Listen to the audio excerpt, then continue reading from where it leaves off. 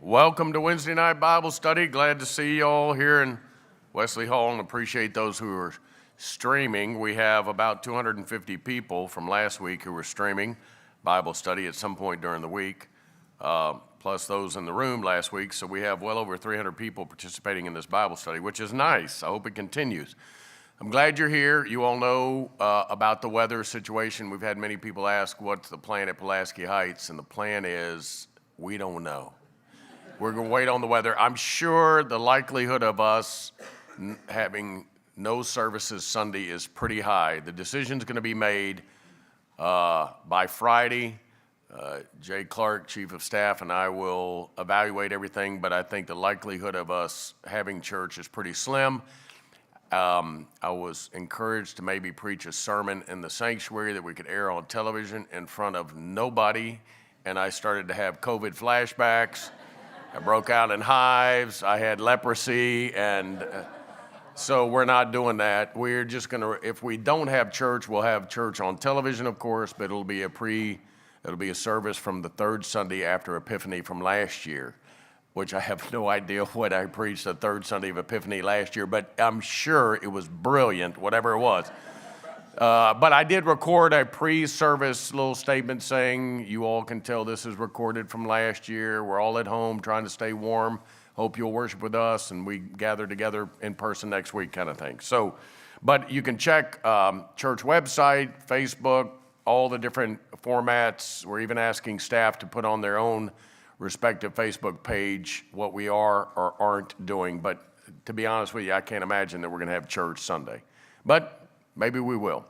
Still got a sermon to write one way or another. So I'll have it in the can and ready to go the following week if we don't have it this week. So just please be aware of that. We don't want anybody to get out in the weather, and I don't want to get out in the weather if it's bad enough. So, all right, tonight we're going to start in chapter 9 with the 14th verse. But as we do every week, let's take a moment to talk about what we dealt with last week, and then we'll move forward. Now, you will recall that one of the themes that we find in the Gospel of Matthew that seems to be subtle, but at the same time is pretty apparent, and that is that Matthew, in his own way, describes Jesus as fully God and fully human. We saw that last week in the story of Jesus in the boat, and the storms rise up, the disciples are scared, Jesus is sound asleep. It is the human side of Jesus.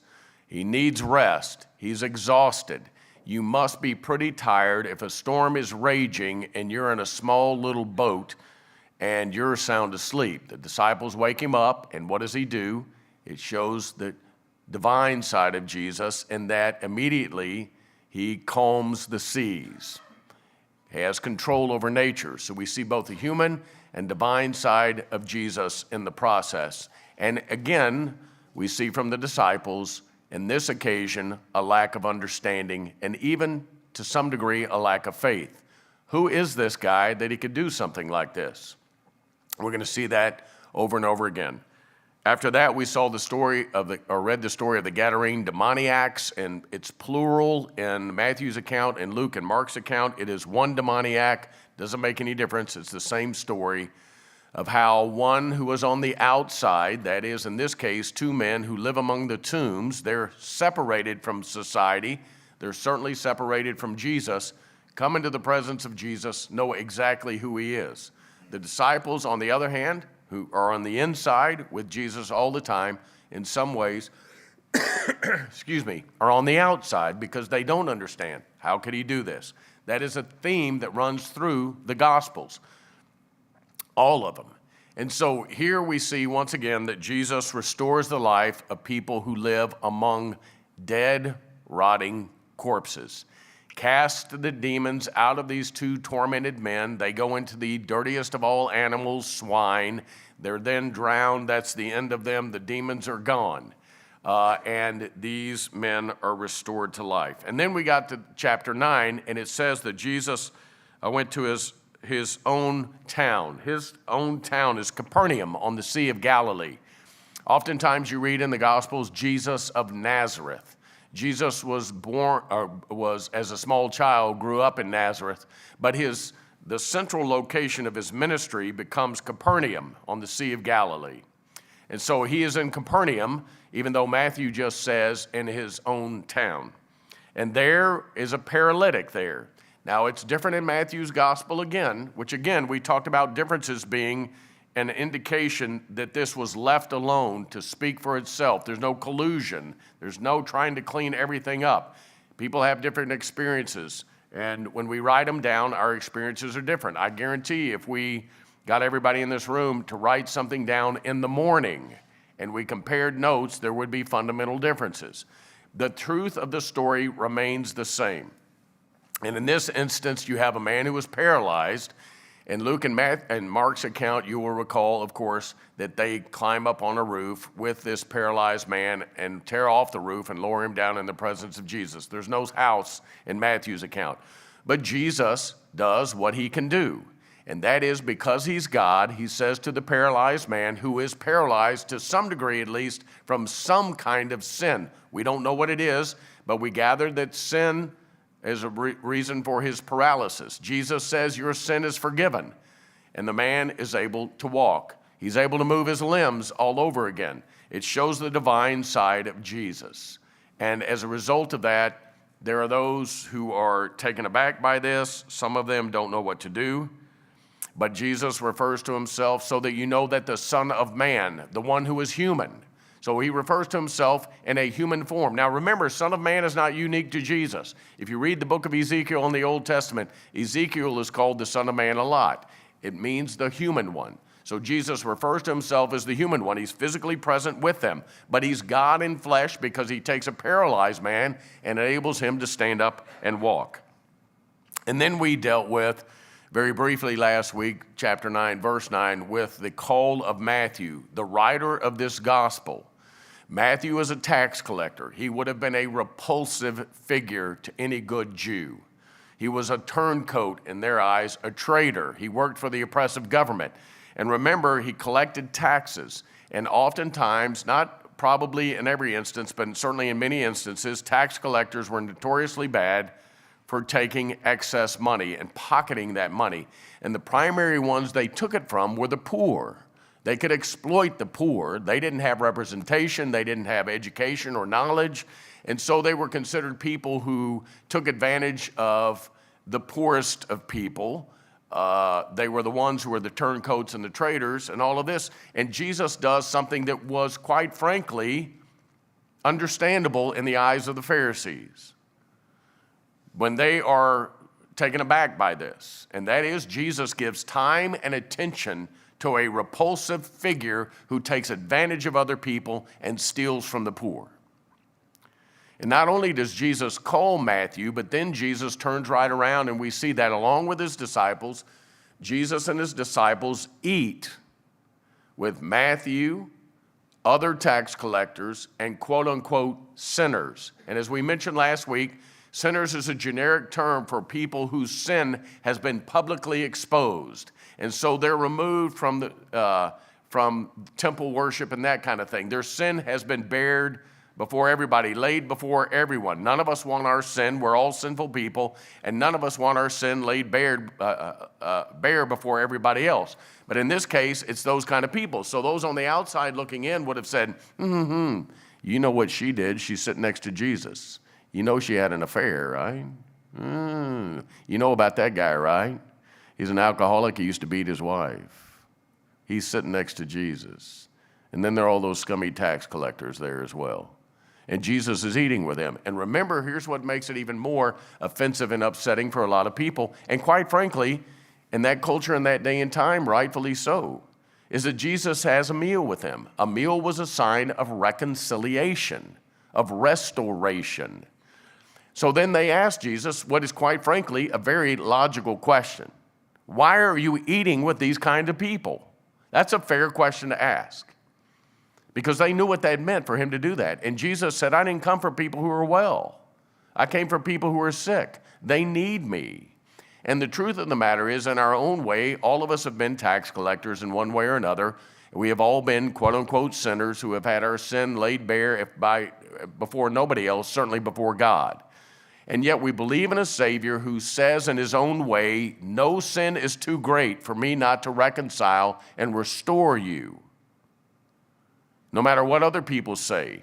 And I think that's really important for all of us. Every one of us, without exception, and I haven't lived your life and you haven't lived mine, but we all know that every one of us, to some degree, have lived with shame at one time or another, regret, remorse, all of those kinds of things because we've done something we wish we hadn't done or left something undone we should have done or whatever it may be. Every one of us has been there. But the good news for every one of us is just like this. We see Matthew explaining to us in Matthew's own way that no sin is too great for Jesus not to want to have a meal with us. That's why, for example, when we have communion and we say the table is open to everybody, we are feasting with Jesus, on Jesus, if you will. He's the one who extends an invitation. And what makes that special is we say the table is open to everybody. And we know people out there, and all of us fit into that category at one time or another, of people who have really messed up, who are filled with shame and regret and remorse. And guess what? Their sin is not so great that Jesus doesn't invite them to. And so we're going to pick up now with chapter 9, verse 14. Y'all with me? All right, here we go. Then the disciples of John, this is a reference to John the Baptist. John, just like Jesus, had apprentices, if you will. That is disciples, people who gleaned information from him, learned from him. So John has his own set of disciples. Then the disciples of John came to Jesus saying, "Why do we and the Pharisees fast often, but your disciples do not fast?" Again, you all, listen to me, a fair question to ask. People watch Jesus and the disciples regularly, and there are several occasions in Scripture where they ask Jesus a question, which is a logical question to ask. I think sometimes we vilify these people because they have the audacity to confront Jesus, but their questions are sincere. Why is it, the disciples of John say, why is it that your disciples aren't fasting? Fasting is a ritual that good Jews participate in. It draws us closer to God. Why do your disciples not do that? That's a fair question. They asked Jesus on occasion, why is it your disciples, when they eat, they don't first wash their hands? That's a fair question. Why is it the disciples one day are picking grain on the Sabbath and they eat it and you think that's okay to do that, Jesus? That's a fair question because you don't pick grain on the Sabbath. It's work. So sometimes we have to remember and put ourselves in the position of the one who is witnessing all this and the culture of the day and say, these are logical questions to ask. So they asked the question to Jesus, why are you not, or your disciples not fasting? We fast. We thought as good Jews you were supposed to do that, but your disciples aren't doing that. And Jesus said to them, the wedding guest cannot mourn as long as the bridegroom is with them, can they? The days will come when the bridegroom is taken away from them, and then they will fast. Now, Jesus is making reference to himself. The book of Revelation says the bride of Christ is the church. We're the bride of Christ. Here he refers to himself as the bridegroom. So why Jesus says, would you fast when you're with the bridegroom? He's not always going to be here. What Jesus is saying is, my disciples need to make the most of every moment with me because I'm not always going to be physically present. He's making reference to his crucifixion. Then they'll fast. But in the meantime, they take advantage of every moment with me. Remember the story of Jesus going in the home of Mary and Martha. And they're fixing a meal for Jesus, or at least Martha is. Martha's working in the kitchen. She's got a good casserole in the oven. Jesus is there. They've lit candles. They have pretty flowers. Everything's in place. But Mary's not helping at all. And Martha's put out by that, and that's fair. And so Martha comes in and says to Jesus, tell Mary to get off her tail end and get up and help me. And Jesus says to her, Martha, I know you mean well, but you're the one that's got it wrong. She's taking a full advantage of my presence because I'm not always going to be here. She's taking full advantage of this. You're busy doing other stuff and you're missing me. I think there are a lot of times in life when we are busy doing something else and we miss the very presence of Jesus as he comes to us and people, events, circumstances, whatever it may be. So a logical question is asked to Jesus, why aren't your disciples fasting? And Jesus gives a logical answer. I'm not going to be with them forever. at least not in this life. So they're going to take advantage of that because the bridegroom is not always going to be present with them. He's going to be taken away. And then when he's taken away, they'll fast. But in the meantime, they're taking full advantage of every opportunity to be with me. And then he says, no one sews a piece of unshrunk cloth on an old cloak. This is a shift. Like, where did this come from? But no one sews a piece of unshrunk cloth on an old cloak, for the patch pulls away from the cloak, and a worse tear is made. Neither is new wine put into old wineskins. Otherwise the skins burst, and the wine is spilled, and the skins are destroyed. But new wine is put into fresh wineskins, so that both are preserved. Now, what does this mean? Jesus is talking about the danger between mixing the old and the new. Let me go back to the story of the unwashed hands. There are times when they say, Jesus, your disciples don't wash your hands. It wasn't a sanitary issue. Jews had a ritual for hand washing that would, in their mind, draw them closer to God. And you had to do it the right way. And if you didn't do it the right way, you got to start over and do it again. And Jesus said, give me and these are my words, but give me a break. Okay? Do you think that's what's going to draw you closer to God? We would say that's an Old Testament way of doing things. Remember, the word testament means covenant. Covenant means testament. So as much as we say the Old Testament and New Testament, you can say just as easily the Old Covenant and the New Covenant. Turn to the Old Covenant, turn to the New Covenant. Means the same thing. Jesus is the New Covenant. And what Jesus is saying is you can't take the old ways and put the new ways with them. It doesn't work. You can't mix the old and the new. Now, having said that, remember Jesus said, I did not come to abolish the law. I came to fulfill it. So sometimes people struggle and say, wait a minute, he says you can't mix the old and the new, the old law and the new law, but now he's saying he follows the old law. What does that mean? What Jesus is saying when he says, I didn't come to abolish the law, but to fulfill the law, he's saying what Matthew says, and that is those Old Testament prophets and all that they talked about, I am the fulfillment of that. But then Jesus also says, I have not come to bring peace, but I came to bring a sword to divide families. What does he mean by that? It's a pretty radical statement. What Jesus means is that there are going to be times and occasions when, like a sword through a family, he's going to divide a family between those who choose to believe in him and those who reject him. And Jesus says, I'm going to pit father against son, mother against daughter, mother-in-law against daughter-in-law. I mean, you can get that one, right? I mean, you understand that one. But mother-in-law against daughter-in-law, et cetera, et cetera. But what Jesus means is, I'm going to divide families. You need to be prepared for the fact that if you follow me, not everybody's going to follow along. So in this particular instance, Jesus is making it abundantly clear. If you mix the old and the new, if you try to take these Old Testament laws that clearly say you got to do something, it's called works righteousness. If you want to be in a right relationship with God, then do all of these things. Jesus says you can't reconcile that with me as the new covenant, where it's not about what you do, but it's about who you do it with, the relationship you have with me. You can't put those two things together. It's like taking a new garment or an old garment and putting new cloth on it. It's going to tear the old garment when the cloth shrinks. Or like new patches on a wineskin, it's going to shrink and tear the wineskin. You can't take the old and the new. They don't mix. Does that make sense? So Jesus continually has to, in his own way, remind them. It's a Jewish audience. They're hung up on doing Jewish things.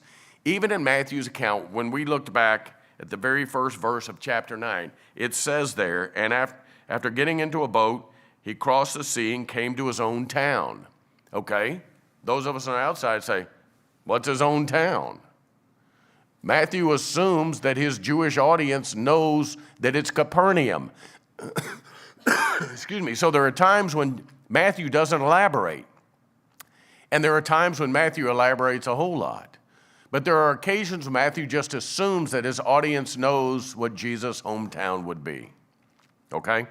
So there are times when Matthew assumes, when he talks about old wineskin and new wineskin and all those kind of things, he assumes his audience is on board and understands what he's making reference to.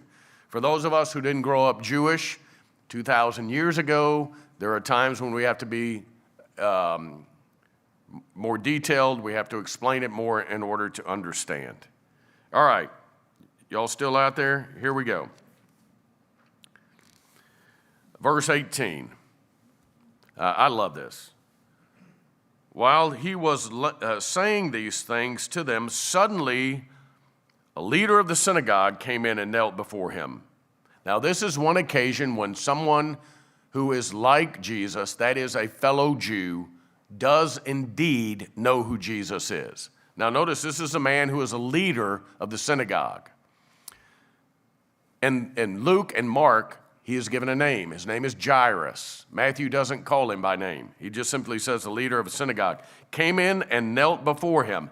He kneels before Jesus, an act of reverence and respect.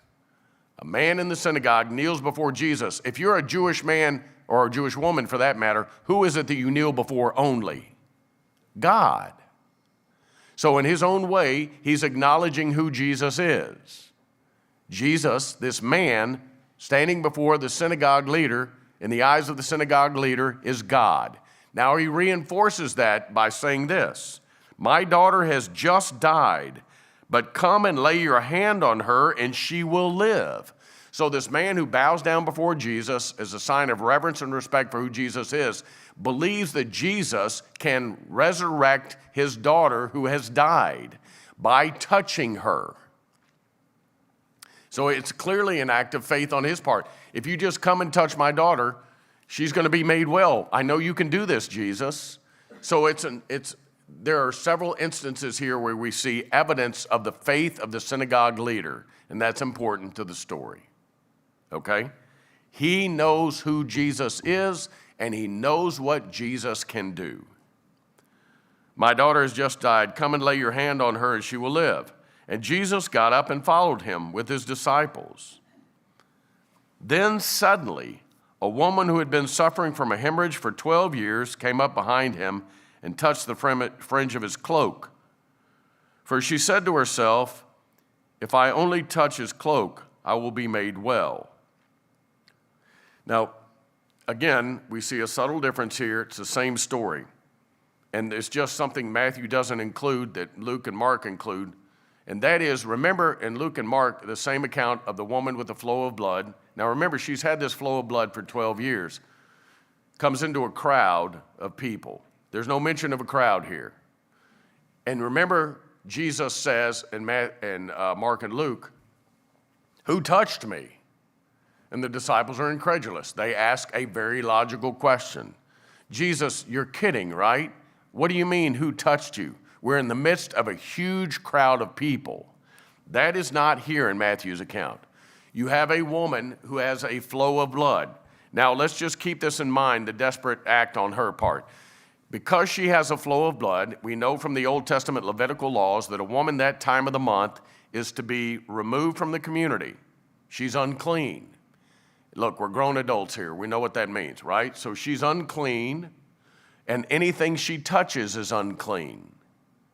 So she is not to be touched, and you're not to touch anything she touches, but that's for a matter of days on a regular cycle. This is a woman who has been in that condition for 12 years, which means she obviously has some kind of serious medical issue. A flow of blood for 12 years.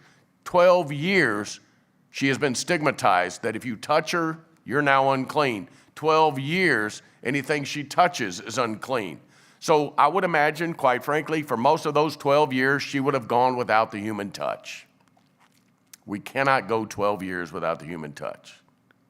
Something happens to us the longer we go without the human touch. It starts with infants when they're born into the world. We know that. I had a woman in one of my churches when I was in Fort Worth. This was in the 1990s when AIDS was a big, big deal. And she went to the hospitals every single day to rock babies who were born with AIDS because they couldn't get anybody else to rock the babies, including some of the nurses, because they were fearful of how you got AIDS. So she went every day, and she was stigmatized for that, you all. I mean, people would say to her, even in my church, would say, why are you doing that? You're putting your family at risk. And she said, those babies need the touch, and I'm going to touch them if nobody else does. I love that. By the way, she never got AIDS. But, you know, those were kind of like COVID. I mean, we've had those experiences now where if, you know, something happens, there's a great fear, and we all live through that too. But you see the point of all that. So here's a woman who in every way is on the outside. She's on the outside from the perspective of the people. She's literally on the outside because she's unclean. You know, out of desperation, she comes into the presence of Jesus, and she says in her mind, if I can just touch the fringe of his clothing, I'll be made well. A sign of understanding, a sign of faith, a sign that she knows who Jesus is. She's on the outside, but she's really on the inside. Y'all with me on this? Okay. Now I want you to see what happens here. For she said to herself, if I only touch his cloak, I will be made well. She doesn't say, maybe I'll get some relief or anything else. She knows that if she just touches the clothing that touches him, she can be made completely whole. Jesus turned and seeing her, he said, take heart, daughter, your faith has made you well. And instantly the woman was made well. Notice what Jesus doesn't do. He doesn't chastise her. He doesn't say, what are you doing? You don't belong here. This is a woman who is on the outside in every way, who suddenly and fundamentally is on the inside. Because she is made well, she is clean.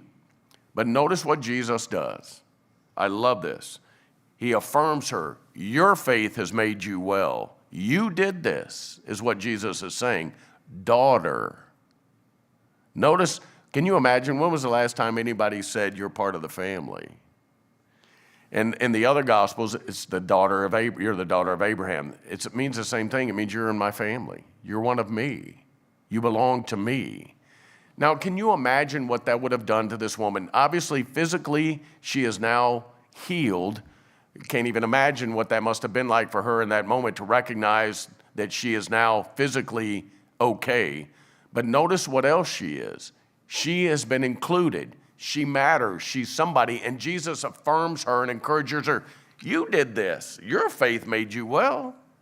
You're the one. I love how Jesus handles people that everybody else rejects. He handles them with grace. He offers them dignity and respect and encouragement. Good gosh, what would happen if we really did that? All right, let's keep moving on. Because remember, Jesus is on his way somewhere else. Jesus turned and seeing her said, take heart, daughter, your faith has made you well. And instantly the woman was made well. When Jesus came to the leader's house, that is the synagogue leader's house, remember the daughter is considered dead, and saw the flute players and the crowd making a commotion. You remember you even had people who were literally paid to mourn and grieve, make a big deal out of a death. Flute players, it's this form of grief and public exhortation of one's emotions and that kind of thing.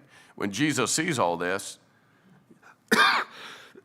excuse me, and the crowd making commotion, he said, go away, for the girl is not dead, but sleeping. And what is the response of the crowd? They laughed at him. Again, you all, that's probably a fairly logical response. They would have gone in there and seen that her chest is not rising and falling. They would have listened for her heartbeat. It's not there. There's no, I don't know if they checked pulses in those days and time. I don't know. But they knew a dead body like anybody else. And Jesus comes along, and who is this guy? And he just comes up and says, oh, don't worry about it. She's not dead. Ha! Seriously? Who are you? She's dead. Right? I mean, I think we have to remember the circumstances around all of this, that these are people oftentimes who don't know who Jesus is. They haven't run into him. They don't have social media. They don't have the means we have of communicating and all that kind of stuff. They wouldn't have known who Jesus was any more than anybody else. But they laugh at him. But when the crowd had been put outside, he went in and took her by the hand, and the girl got up. Now I want you to see something again. Jesus has made himself repeatedly unclean. All right, so we see that there's a woman with a flow of blood. She touches him. By Jewish law, the fact that she would even touch his clothing makes Jesus unclean. And there is a ritual that he should have gone through in order to be cleansed and to be reestablished into the community. Does Jesus do that? No. In fact, he takes somebody who is unclean and says to her, "You're a part of my community." Then Jesus touches a dead body. That's the most unclean thing you can do. He didn't have to touch her. He could have just said, "Get up." He did to a paralyzed man, right? But Jesus touches her. Now he's unclean all over again. What is the deal? Jesus, you and your disciples don't wash your hands. They're unclean all the time. What in the world is going on? You can see why there would be people who don't understand him, because he doesn't fit the image and the mold of what someone like him should be like. And notice this. The girl got up, and the report of this spread throughout the district. You think so? Of course it did. Spread quickly, right? So Jesus overcomes an audience that laughs at him. He does always what he wants to do. In touching her, we know that touching somebody else in some simple way gives someone else life. How many times have you been in a situation where you don't even think about it? You just do it because it's a natural response to touch somebody else. Sometimes it's a handshake.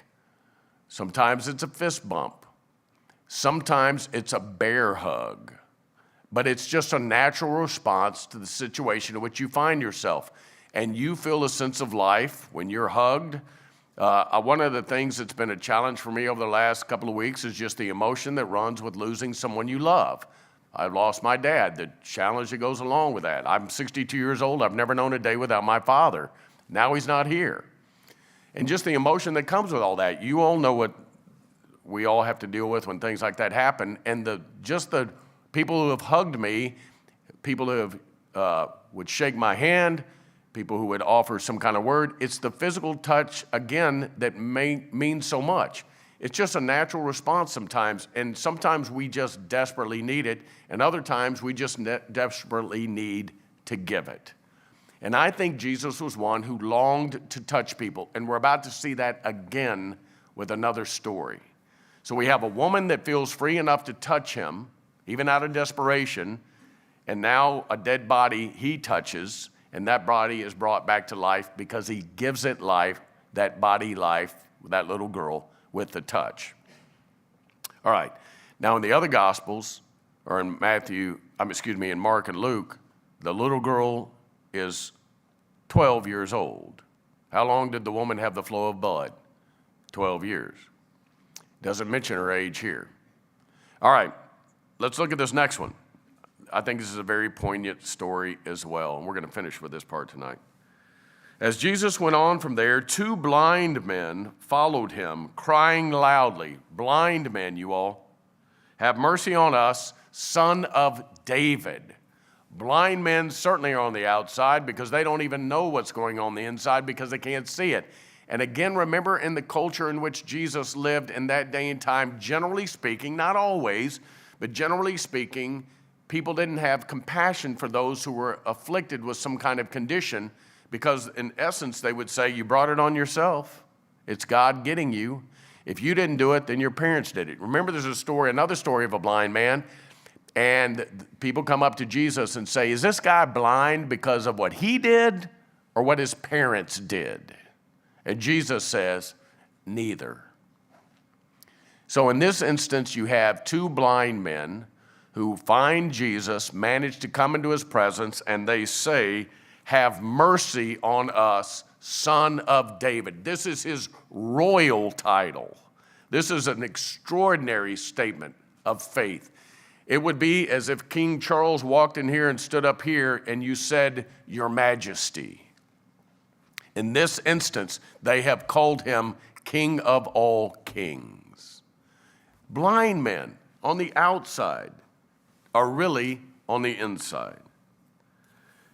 When he entered the house, the blind men came to him, and Jesus said to them, now notice this, Jesus puts the onus on them. He makes them play a role in all of this healing that is going to take place. Do you believe that I am able to do this?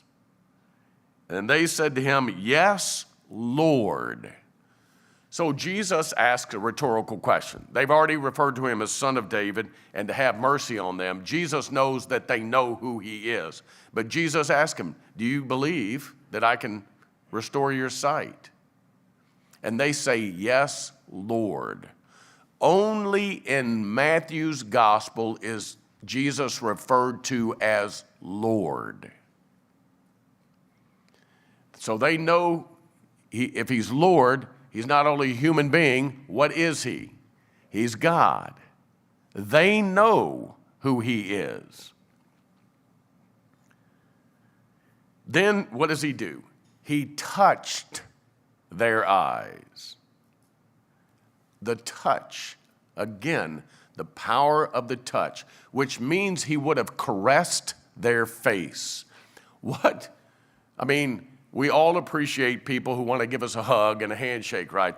But would you feel if someone just went up and grabbed you and went, oh, I'm just so glad I want to, if it's a child, we'll do that to a child. But what if it's just a person in church on Sunday morning and you're trying to find your pew or your seat in here and they come up and grab your face and touch? Kind of creepy a little bit, right? I'm going to do that to every one of you on Sunday when I see. Well, we're not having church on Sunday. Maybe we're having church on Sunday. I don't know. We'll find out. All right. But notice what he does. He caresses. That means he caresses their face. Oh my gosh. Can you imagine something any more meaningful for two blind men than for the one they know to be Lord, showing them that kind of mercy and love?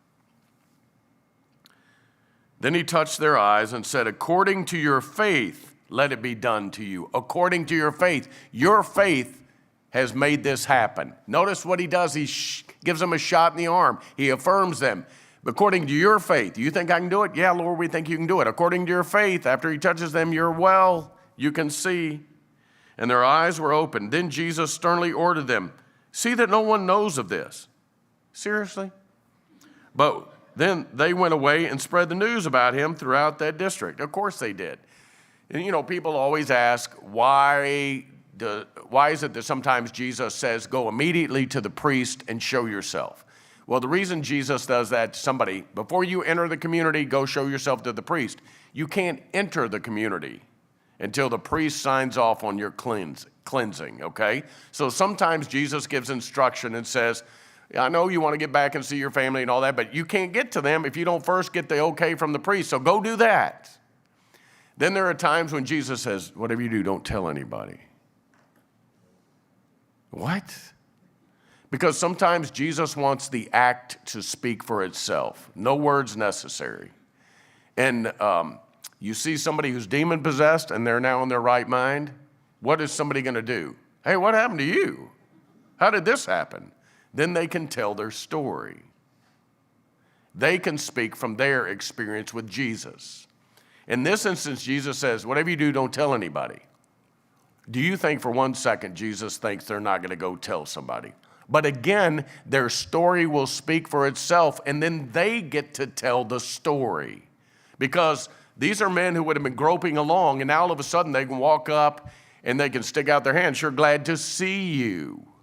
Or they can go over and pick an apple. Or they can reach down and pick up a piece of trash and put it in the trash can, whatever, all the things they wouldn't have been able to do before. And people are going to say, my gosh. And what else we see is the level of enthusiasm. Don't tell anybody this. What do? They immediately go off. I mean, who wouldn't? But Jesus puts the onus on them. You think you've got the faith to be made well? And Jesus says, your faith has made you well. And now he puts the responsibility on them to tell the story just by being who they are now. Men who have gone from no sight to being able to see. The story speaks for itself. Does it make sense? I don't think for 1 second Jesus thought they were going to be quiet. He knows better than that. Great way to end Bible study tonight, you all. We're going to stop right there. We will pick up next week. If we're snowed in, this time next week, the apocalypse has taken place. I think we're going to be okay, though, right? We're going to make it through the next few days. I hope all of us will use common sense. Try to keep yourself warm and safe, most importantly of all, and we'll all do our part. Again, I'm not sure what the worship looks like, but we'll let you know. We hope you'll take advantage of social media to find out. Let's pray. God, thank you for tonight. Just thank you for everybody in this room and for those watching online. To be able to open up your word and hear you speak to us, God, what an extraordinary blessing. You have so much to teach us, so many different ways to show you love us. We see that on the pages. We pray that it comes alive in our hearts and that we live in such a way that it is evident that we are indeed followers of Jesus Christ himself. We pray all of this in his holy and sacred name. Amen. Thanks for being here, you all. Maybe I'll see you Sunday.